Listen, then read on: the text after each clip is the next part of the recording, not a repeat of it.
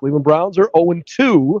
We did have a couple things here this afternoon at Cleveland Browns Stadium that I think are worth talking about as we continue to evaluate the Browns leading up to week one. Brendan Gulick, Spencer German, Anthony Meglin with you as we talk about this 27-12 loss here in downtown Cleveland on a day that was gorgeous most of the day, then it downpoured in the second half. And at the moment, the weather's cooperating for us to continue to do this outside. Fingers crossed that stays the case. Guys, not necessarily the day that we were hoping because in addition to a loss and some sloppy play, probably, at least in my opinion, the overarching story here is there is a serious problem on the offensive line, particularly at tackle. Several more injuries today, and all of a sudden you're looking around going, gee, we've got to get this thing figured out here in the next 2 weeks. Yeah, I think that continues to be the overarching theme from, I think, both these first two preseason games, Brendan, because you saw last week, obviously, Luke Whippler goes down. You had an assortment of other injuries to guys who, frankly, were supposed to be key role players for this team.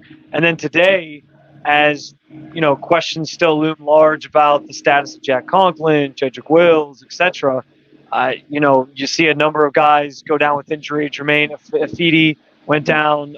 James Hudson, who's been kind of holding down the fort at left tackle, he got an ankle injury and was ruled out pretty quickly.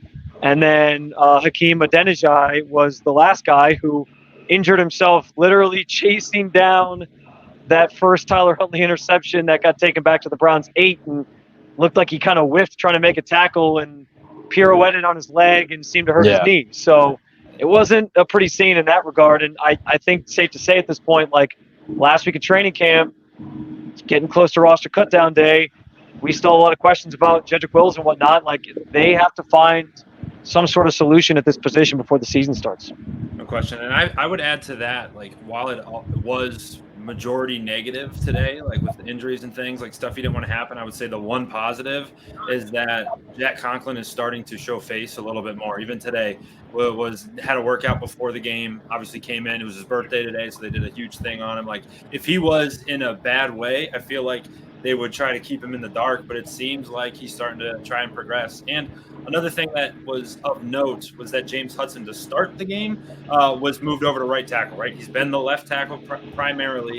If you don't know what that means, maybe that is a sign that they're going to start working in DeJuan Jones on the left side. Or maybe that's a sign that, hey, maybe Jack Conklin is coming back, and he was scheduled to be that swing left tackle, and now we got to get James Hudson, who's been primarily on the left side all training camp, over to the right side to start getting some reps. So there was something there, and there's a reason why James Hudson was at right tackle to start.